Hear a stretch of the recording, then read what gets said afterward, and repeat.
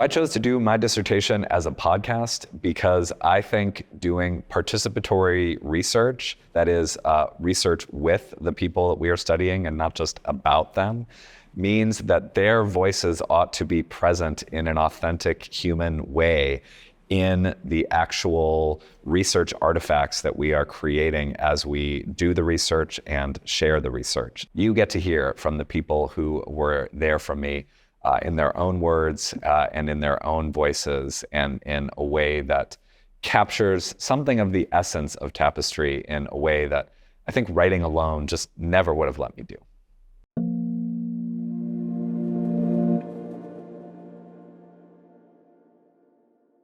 I spent 3 or 4 years embedded with an organization called Tapestry, which is a foster youth mentoring organization on the West Coast. And really my goal as an ethnographer embedded in that organization was to get to know the organization. They started out thinking that they would be a church plant. I'm a Protestant clergy person, and the folks who founded this organization are as well. They thought they were going to be starting a new church whose mission was caring for foster youth. Turned out it was comparatively easy to start a foster youth mentoring organization compared to starting a new church. I'm a media education scholar working in faith and faith adjacent spaces, and so the kind of primary purpose of my being there was to think about adapting some fairly traditional media education tools like digital storytelling to the context of this organization, so that the organization can understand its story and its identity and share that more broadly. So I spent this time with them and was really just trying to get my head around what does it look like to do digital storytelling in this community. Along the way, COVID happened, and so there were lots of additional pivots that happened there. But what we ended up with is a portrait of group-based media storytelling that I think fills potentially a real gap in the literature that is so focused in digital storytelling on what it means when individuals tell their stories. I think we found that a group telling the story of their group identity was especially rich and interesting. When we started, I kind of hoped against hope that I would be able to use the sort of standard digital storytelling playbook, and that we might be able to actually convene a more traditional sort of workshop experience where a number of people came together and told individual stories. And what we discovered along the way was that didn't feel very authentic to the nature of this organization, which is all about convening community around these young people who don't always have a lot of community in their life. So the idea of sort of isolating them and asking them to tell an individual story rather than the story of their experience with these mentors just wasn't, it became really clear that wasn't authentic, that it was going to be difficult to put together in the context of the normal, rhythms of gathering of this organization.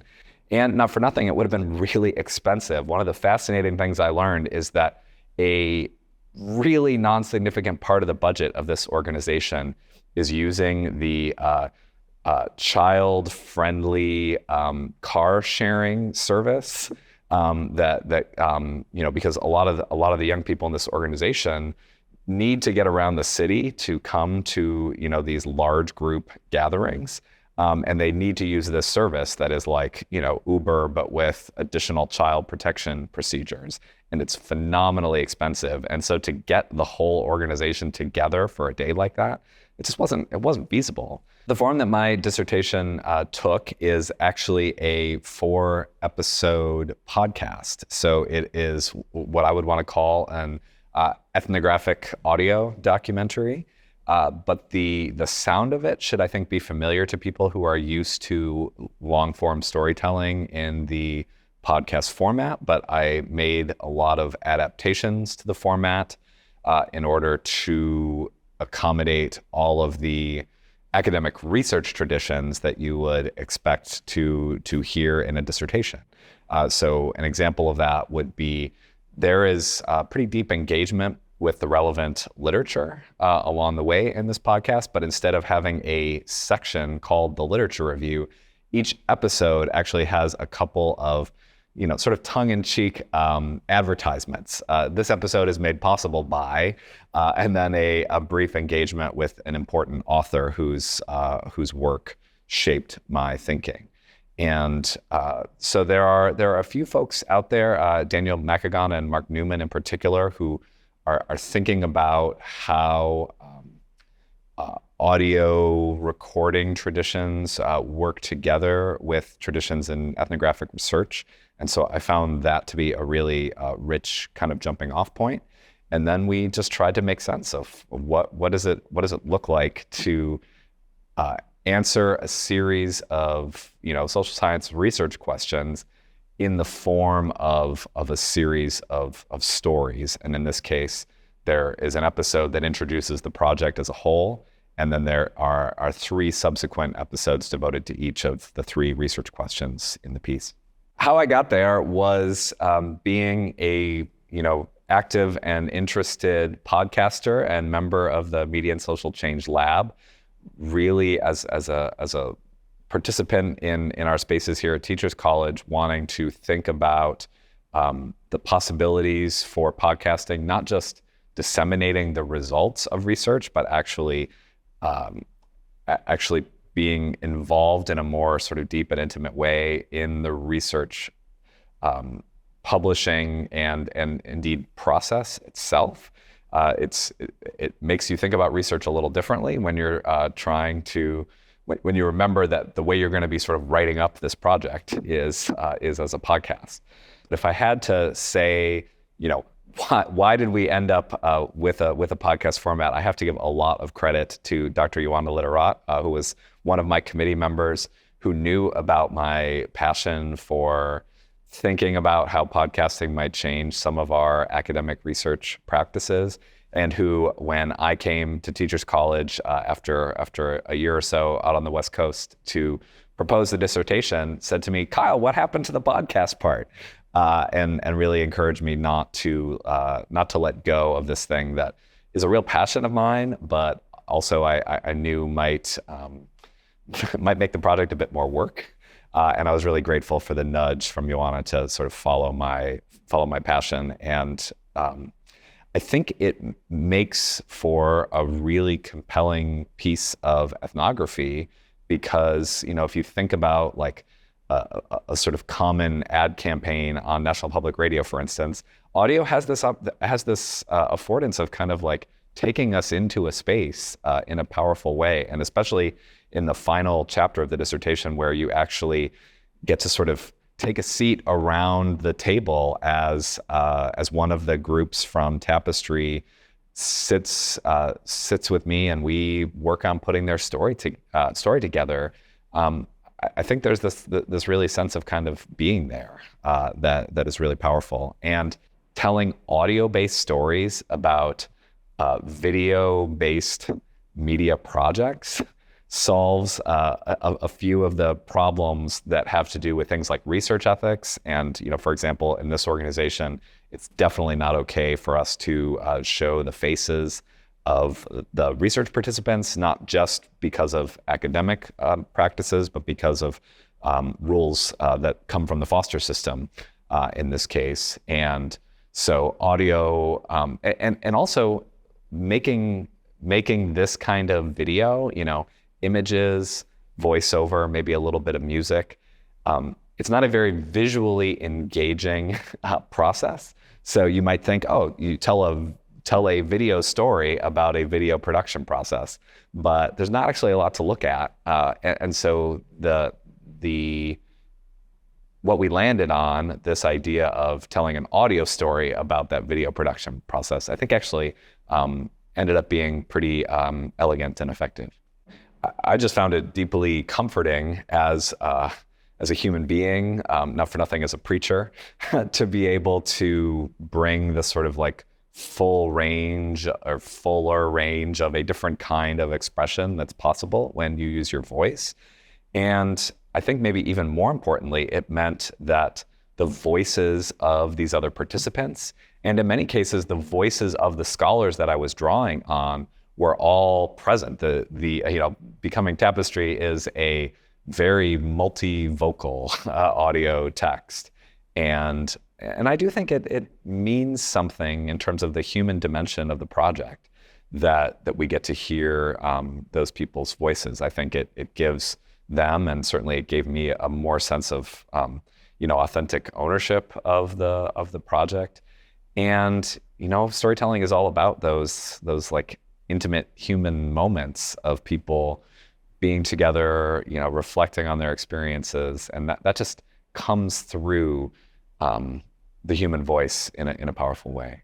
So a difference between a more traditional mode of publishing and the mode that I took was, I think, that I had to think really carefully about how to distribute the elements that you would expect to see in a piece of social science dissertation research. I spoke earlier about the lit review and the way that sort of got distributed over the course of a series of episodes in these sort of tongue-in-cheek advertisements.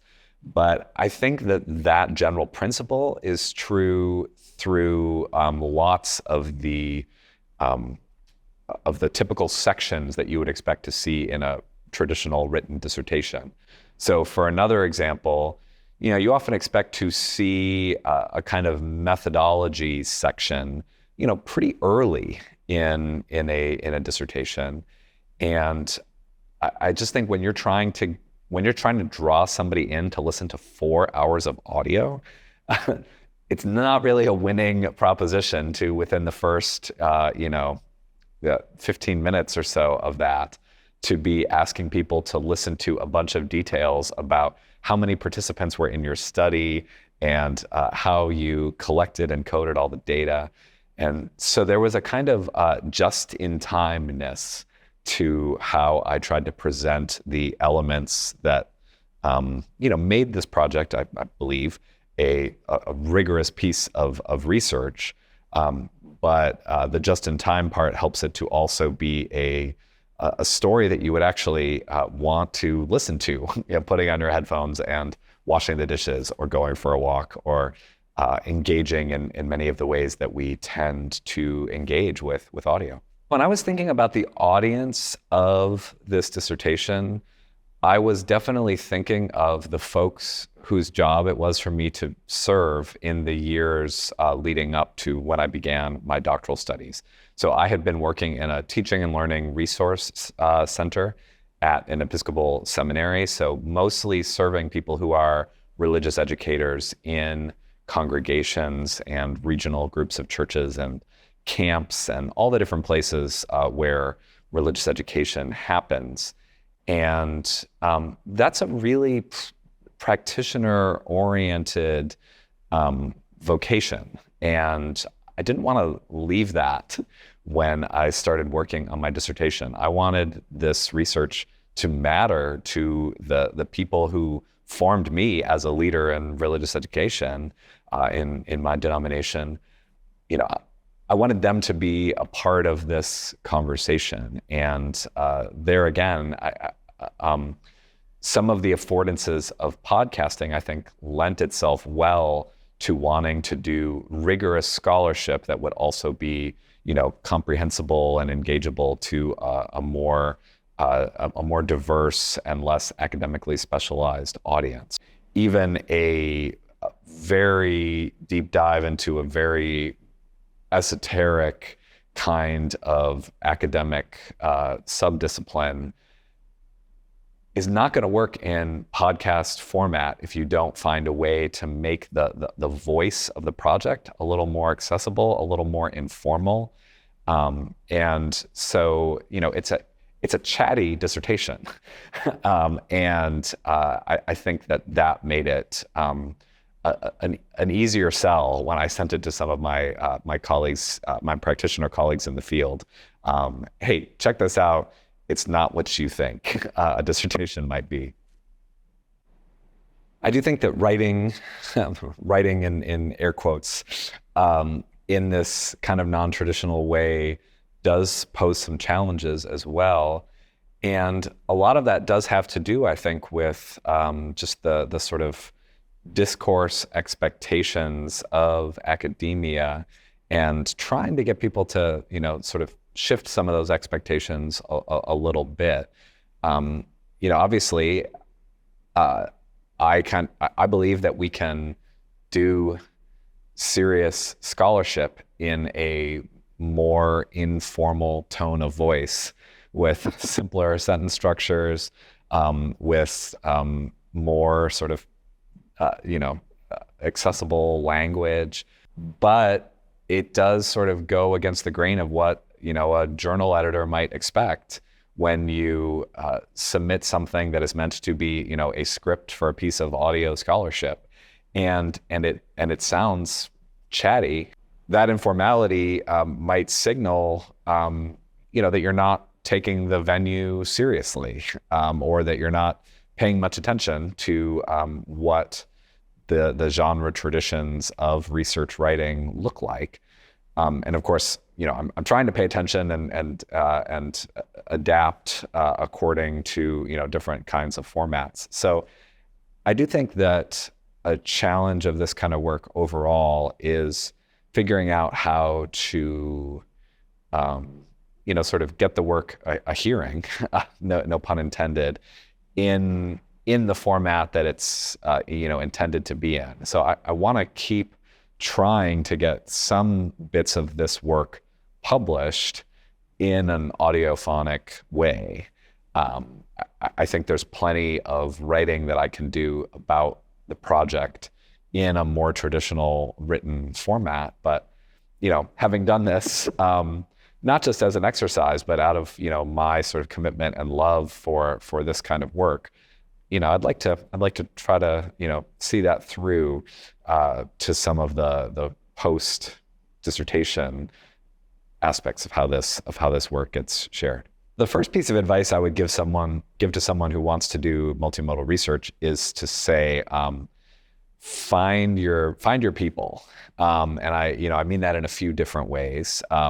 Find your mentors and your sort of forebearers in the tradition itself, and maybe we'll come back to thinking about some other scholars of multimodality and how they've pursued their work. But thinking carefully about how others have gone about multimodal research, I think, is really important. A second thing is finding peers, and I was really lucky to have a ton of peers in the Media and Social Change Lab and elsewhere at Teachers College and in the podcasting community in the city where I was doing this research. Having peers who are willing to play around with these ideas in a low stakes way was really important. But most important for last, get a supportive committee. And I was really, really fortunate that Lalitha Vasudevan, my dissertation advisor, Joanna Litterat, my first reader, and Dietrich Price-Dennis, and they were sort of the core of my committee, and they were 100% on board with me doing this work. And I think them being on board then helped others who were engaging with this work, kind of just step into the momentum that was already established by virtue of these significant scholars in these related fields really being excited about the project. So I just can't say enough for how important it was to have a supportive advisor and committee. I want to give a ton of gratitude to Daniel McAgon and Mark Newman, who have written this wonderful book called Recording Culture, and do some of the really important thinking about how does ethnography relate to some of these traditions of audio-based storytelling, oral history, folklore, music recording, this idea that sound expresses culture in really important ways, I think just has a lot to teach us as ethnographers. I was stepping into a case that's already being made for the idea of ethnographic audio. A second definite sort of like mentor text for me is a piece that lots of us in Media and Social Change Lab have probably engaged with, and it's Dr. John Jackson Jr.'s ethnographic film flam, hard to say, not flim flam, but film flam, where he reflects on media making in the midst of ethnographic research and what it means to really be in partnership with the participants in your study, and not always just taking, but also giving as a researcher spending time with a community. And that ended up being just a really important paradigm for me in my work. Was, we were going to tell the kinds of stories that Tapestry, as its members and the organization as a whole, the stories that they wanted and needed, and that would make a difference for their organization. And some of that is about fundraising, but some of that was about giving this mentor team that completed a full story with me the opportunity to really reflect on the journey they'd been on. This was one of the very first young people to be connected with Tapestry. They had had a lot of mentors over the years, gone through some compelling experiences, including the death of a mentor, which was fairly uncommon in an organization that is mostly young adult mentors. This was an older person who died, and the team, had to sort of process that together, and that experience, loomed large in the story that they chose to tell. And then, as I said, I think it was really important that we told these stories in a way that was sort of Tapestry, and didn't try to, sort of force practices of media-based storytelling onto this organization that would just be really inauthentic to how this group sort of works. I mean, I mentioned that there's a sort of religious or faith adjacent, as I call it, perspective to this piece. And in a lot of ways, we thought about this as this non-traditional, quote unquote, church coming to write some non-traditional, quote unquote, scripture. What are the stories that bind this group together?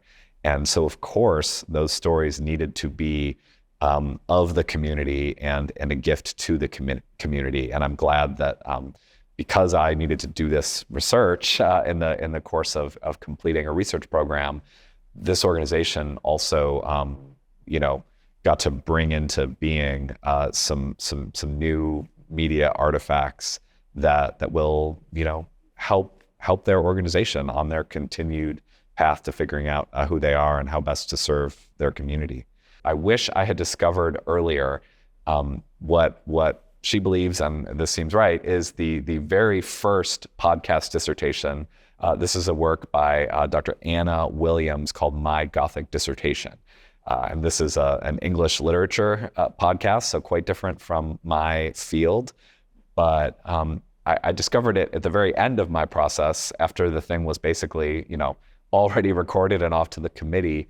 But I've spent a lot of time since thinking about how she and I solve similar problems in similar ways in many cases of how do you do extended audio scholarship. And so just the opportunity to hear or see or experience others doing similar kinds of work, even if it's in another field and doesn't ultimately shape your thinking or practice in doing this differently, it's just rich and fun, and opens up new ways of thinking about the work to have yours in conversation with others, which is part of why this cross-modal exhibition that we've gathered here to celebrate is I think going to be really rich.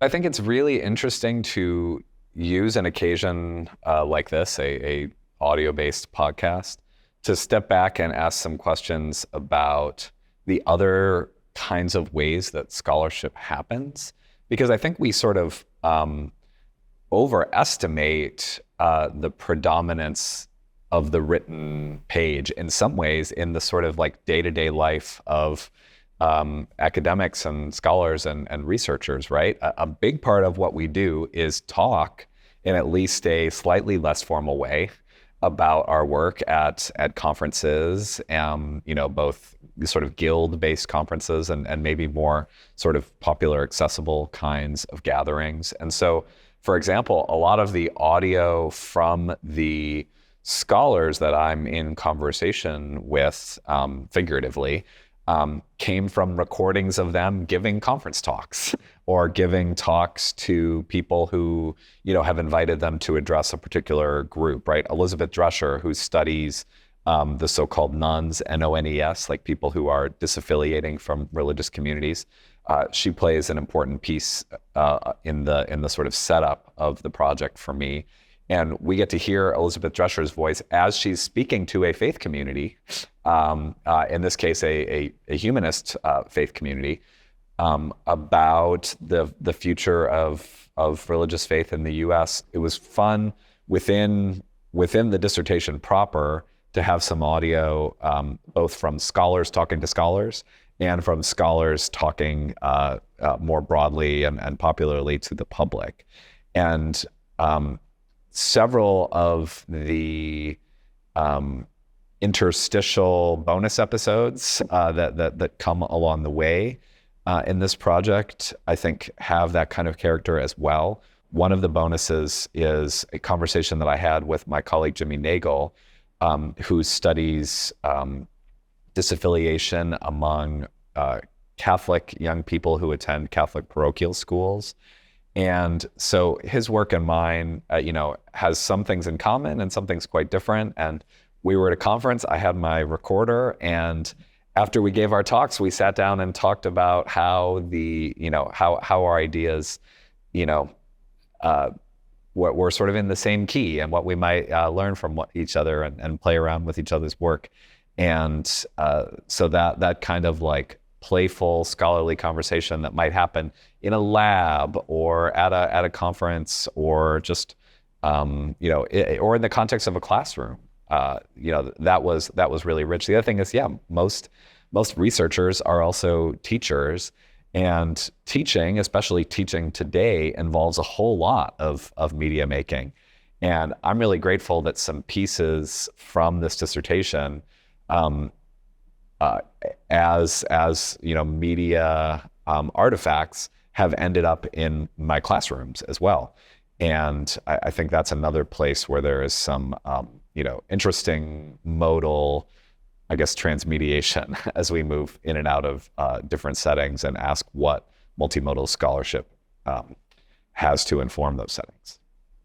I guess by transmediation in this context, I just mean the asking these critical questions about affordances and purposes as we move in and out of different contexts with different communication or learning kinds of goals, right? And so it's interesting to think about the role that little excerpts from my dissertation play in my class teaching future religious educators how to do their work.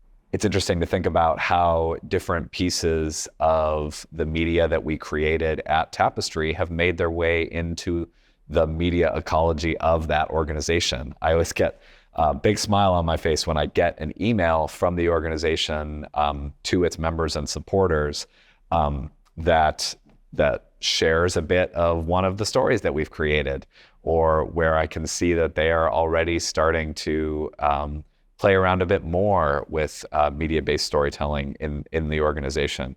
Okay, in some sense, this podcast is published, right? Like there's I'm not trying to get someone to turn Becoming Tapestry into a book, but I do think that some peer-reviewed places to share about the research, is something I'm working on and frankly, struggling with a little bit. But I think you do have to be a little bit tenacious and a lot bit patient in trying to, sort of break some of these boundaries. And thankfully, I have good conversation partners, and I still feel optimistic that there are some possibilities. The other what's next is really that I do a lot of teaching, and I think media will continue to be an important place of